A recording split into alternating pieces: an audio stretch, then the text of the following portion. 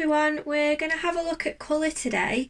So if you'd like to work alongside me whilst you're watching the tutorial, you can get together your materials that you can make colour with. So we've got our watercolour paints, coloured pencils, oil pastels and soft pastels. So on a page in your sketchbook today, we're going to explore colour theory and look at the basics of colour mixing to start with. So if you'd like to present your page in an interesting way like I have, I've got just the colour wheel and a few quirky illustrations, so you can copy from this or you could do your own version, it's entirely up to you.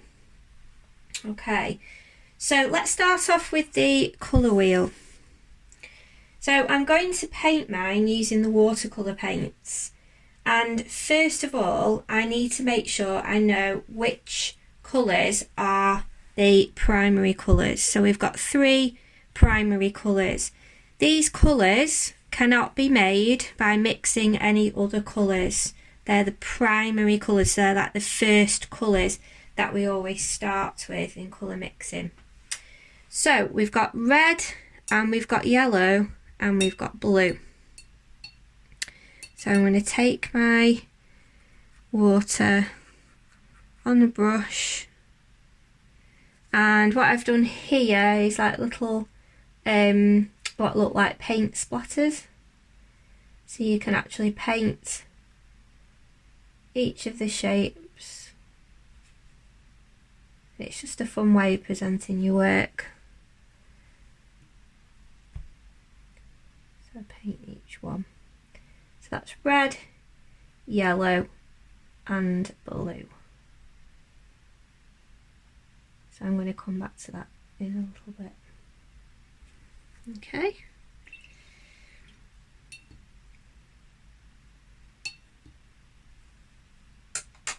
So next we've got yellow, and so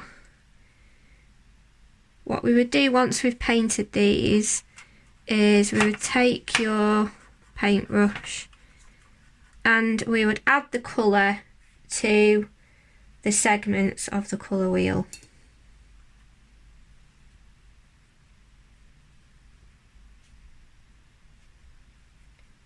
So you just fill in, work into the lines,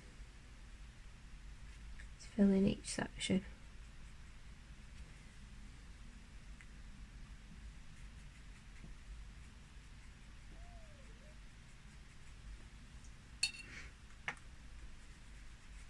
So I'm just going to go away and complete that, then I'll come back to you. So there we have the completed colour wheel and the 3 primary colours painted in there. Now in your palette you have actually got your secondary colours here already, but it is important that we understand how we can actually mix the secondary colours, because you can use 2 primary colours to make a secondary colour. So we need to have that understanding as part of our colour theory. So the colours that we will mix together to make orange are actually either side of that colour on the colour wheel, so that helps us to understand how that works. So we've got orange here, so if you mix yellow and red together, you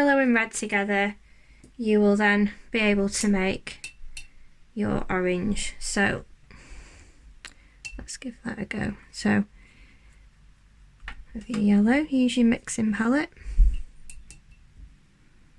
and get a bit of red and mix those together. Now the more you have of each colour, you can have like a reddy orange or a yellowy orange. You can go either way.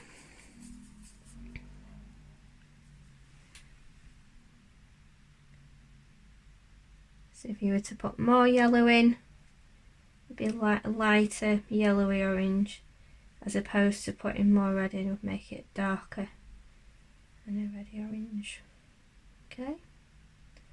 So that's your first secondary colour. Then we have green. So if you look on the colour wheel again, here's your green, and either side of it is your yellow and your blue. So the same again, you mix those two colours together and that would make your green. And then the next secondary colour is purple. So then you've got your red and your blue either side of it, so you mix those two together to make that secondary colour. So I'll come back to you in a minute. So there we have our primary colours and our secondary colours.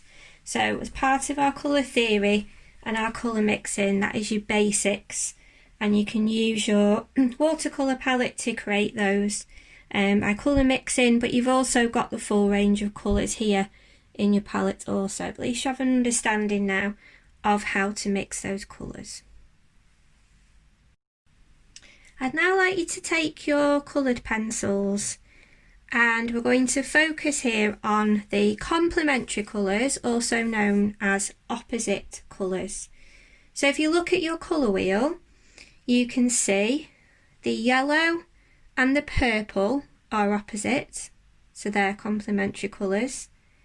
Your blue and orange are opposite, and your red and green. Okay, so what I've done here is like a little illustration to show the pencils, and it's an opportunity for you to try out a little bit of blending technique as well with your coloured pencils.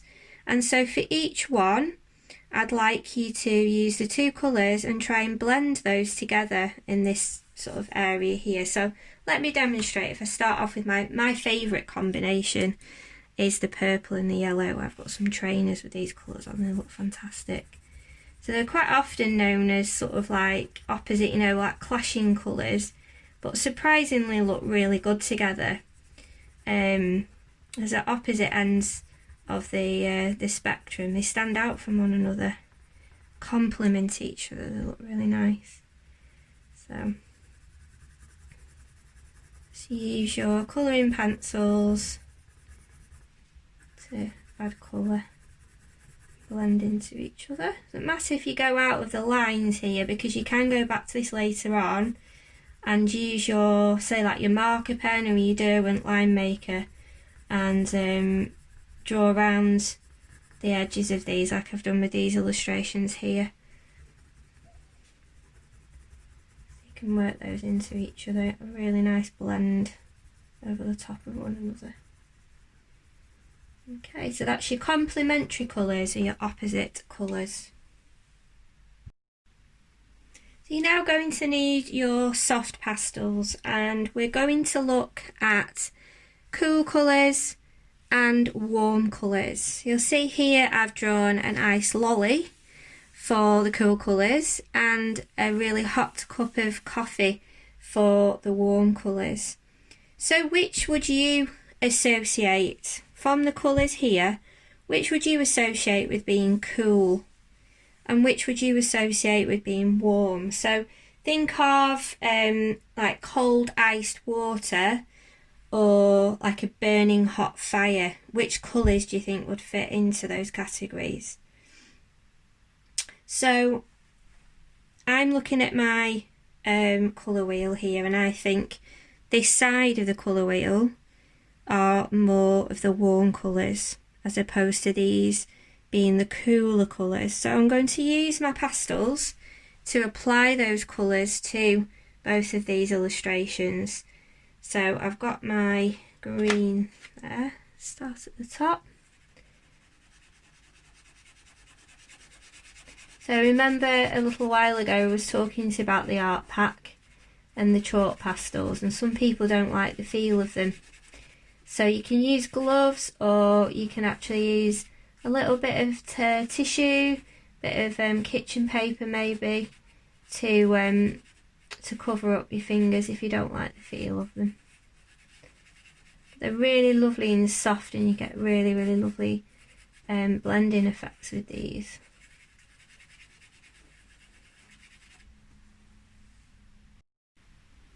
Last of all, we're going to explore your oil pastels, and we're going to look at this spray can here, and think about how we can blend colours. So have a think about the colours you might use here. Which colours would look really good together, and which colours do you think would blend well into one another? So I think I'm going to go for the warm colours. I like working with these, and I think I'm going to graduate them from the dark red into the more medium tone orange into yellow. So first of all, I'm going to get my red, and I'm going to put a fair bit of pressure on here. What I don't want is to be able to see the white through the paper. So if I put plenty of pressure on and I work back over where I've already been, and you get that really lovely smooth bold colour. And here again, don't worry if you go a little bit over the line, because you've got your Derwent line maker and you've got your marker pen as well that you could work back into this with at the end. Or you could just have that kind of diffused spray looking effect. So I've got my red. So next I'm going to get my orange. And I'm going to blend the red into the orange.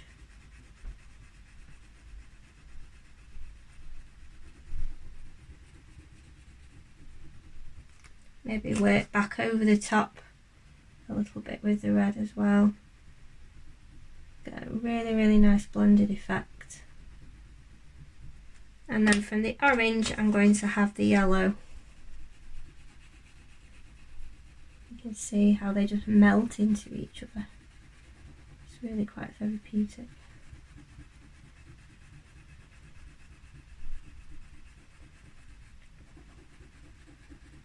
So yeah, I leave that sort of jagged edge, so it looks like the diffused spray is going into the air. Get a little bit more orange, back a little bit. So here you can see the dark orange because of the red, and then the lighter orange because of the yellow. Okay, so there you have it. So keep your colour materials to hand, because the next and final tutorial of the Formal Elements range is going to be all about pattern. Okay, so thank you, and I'll see you again soon.